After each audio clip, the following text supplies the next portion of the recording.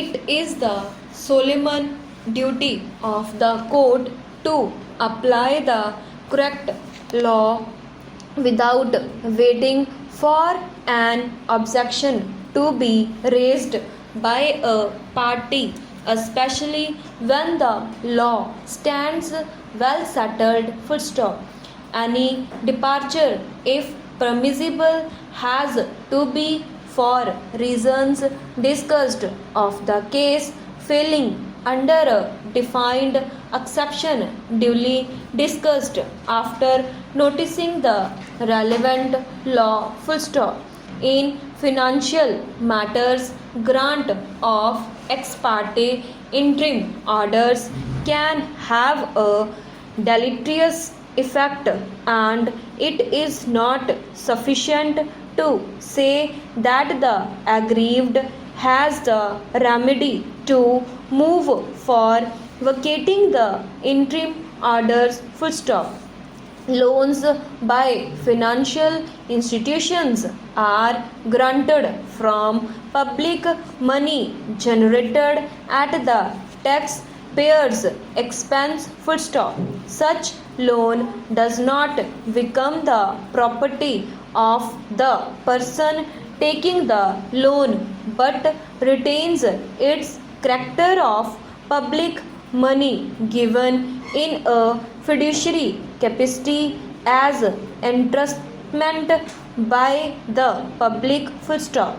Timely repayment also ensures liquidity to facilitate loan to another in need by circulation of the money, and cannot be permitted to be blocked by frivolous litigation by those who can afford the luxury of the same. Full stop. The writ petition ought not to have been entertained and the interim order granted for the mere asking without assigning a special reasons, and that too without even granting opportunity to the appellant to contest the maintainability of the writ petition, and failure to notice the subsequent developments in the interim. Full stop.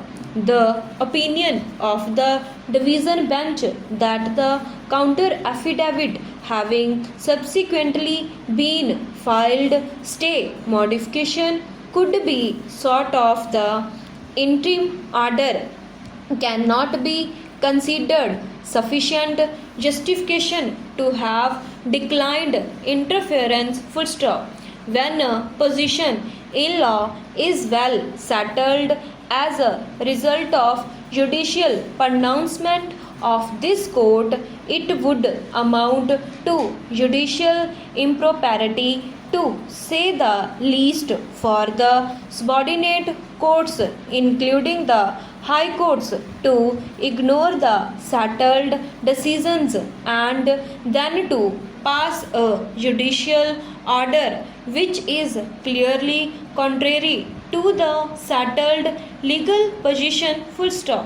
While expressing the aforesaid view, we are conscious that the powers conferred upon the High Court under Article 226 of the Constitution to issue to any person or authority, including in appropriate cases, any government directions, orders, or writs, including the 5 prerogative writs for the enforcement of any of the rights conferred by Part 3 or for any other purpose, are very wide, and there is no express limitation on exercise of that power.